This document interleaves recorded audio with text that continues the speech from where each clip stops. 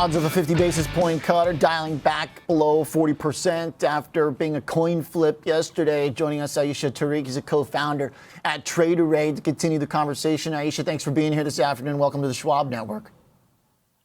Hi, Oliver. Thank you for having me. I mean, I've watched you a lot, and it's like really great to be here. Thank you so much. I appreciate that.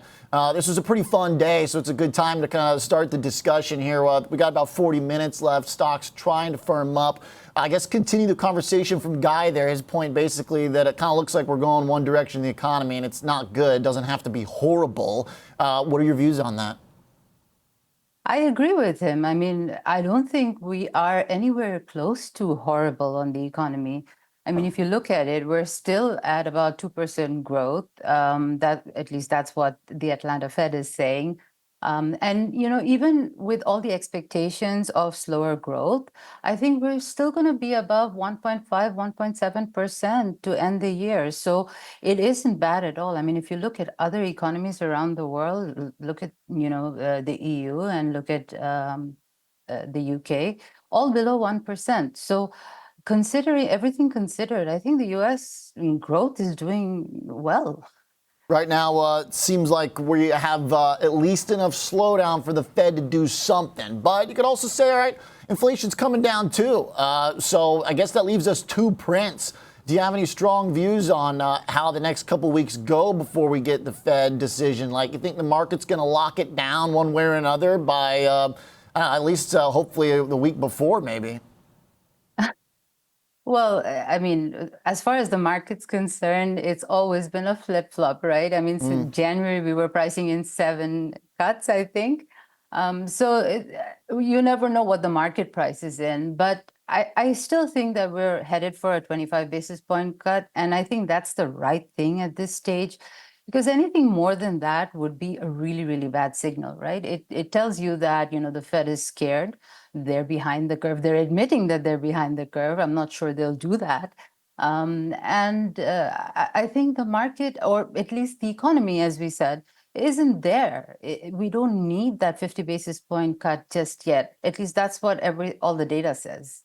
Maybe time to then fade bonds. They're trying to fade bonds today. It seems like every time it looks like we're about to catch a bid, yields kind of creep back up, trying to hold the lows from the last week. Does that mean, if you think the market's going too aggressive here, pressuring the Fed, sell treasuries? Or are there better ways to kind of express that view? So I think our view is, for now, we stay away from treasuries until the meeting is over, because as you rightly pointed out, so they're trying to fade treasuries, right? So I think there's a little bit of, you know, a mismatch in expectations versus what may happen. And so our view is, if you can, stay away. We know that rates are going to go lower, but there's also that repricing of expectations. So the better option would probably be to buy short-end bonds after the Fed meeting.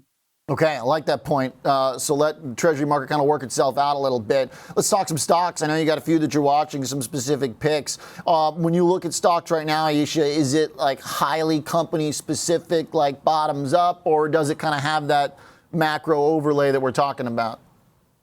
So a bit of both, honestly. And the thing is, I would preface this by saying this is a time to be cautious, because September is not a good month. Seasonally, it's a weak month. We are seeing some downside pressure here. It's not, you know, fear, but more people moving to defensive. So if we are picking stocks, they're very opportunistic plays, and we would be careful overall. Okay, one of them that does seem to kind of fit your view that the economy is not falling apart is Paychex. If people keep collecting, jobs don't break down. Chart's been looking pretty good.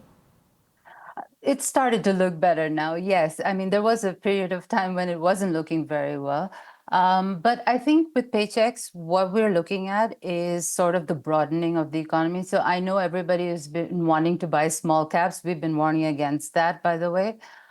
It's not time for that yet, but usually when the Fed starts cutting, or after the Fed starts cutting, small caps tend to do slightly better. That's like the recovery phase.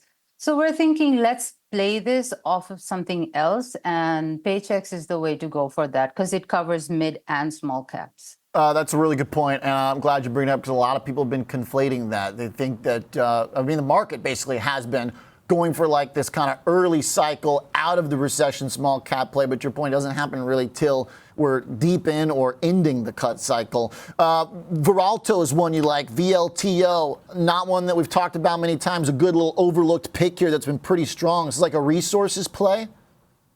So this is water technology. So they help with, water improvement, water technology, and they're global. They're a spin-off from Danaher, actually, and they're a really good company. It's going to take a little bit of time for this one to grow, but I think they're doing pretty well, and it would be more of a long-term pick for us, right? So like a buy and hold. Okay. Hey, lastly, real quick, as far as the AI stuff goes, there is at least one name you like to buy a dip, right? That's right. Dell. Dell was the one that we like. And that's because, again, it's the picks and shovels play, right? So AI hardware is still very much in play. I think the semis have gotten a little, carried away, but I think the other companies like Dell should do okay here. All right. Love it. Ayesha, thanks a lot. Nice combo, some stock picks, little macro chat. Appreciate it very much. Have a great weekend. Thank you for having me. Have a great weekend. Absolutely. Ayesha Tariq, co-founder at Traderade.